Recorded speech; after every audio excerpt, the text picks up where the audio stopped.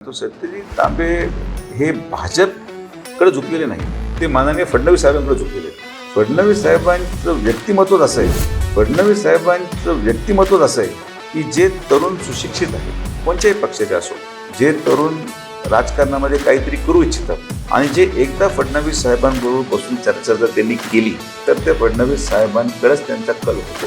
कारण की आम्ही जेवढे युवक आहोत, काँग्रेसमध्ये पण अनेक माझे मित्र आहेत, इतर पक्षामध्ये पण माझे समन्वयक मित्र आहेत, सगळ्यांचं आज अप्रिशिएशन माननीय देवेंद्र फडणवीसच आहे. सगळ्यांचं आज अप्रिशिएशन माननीय देवेंद्र फडणवीसच आहे. जे काही बदल आपण महाराष्ट्रात पाहतात किंवा इतर अपक्ष लोक पण जे आपण आज भारतीय जनता पार्टीबरोबर आहेत, त्यामध्ये पण माननीय फडणवीस साहेबांचं नेतृत्वाचं कौशल्याचा फार मोठा वाटा आहे.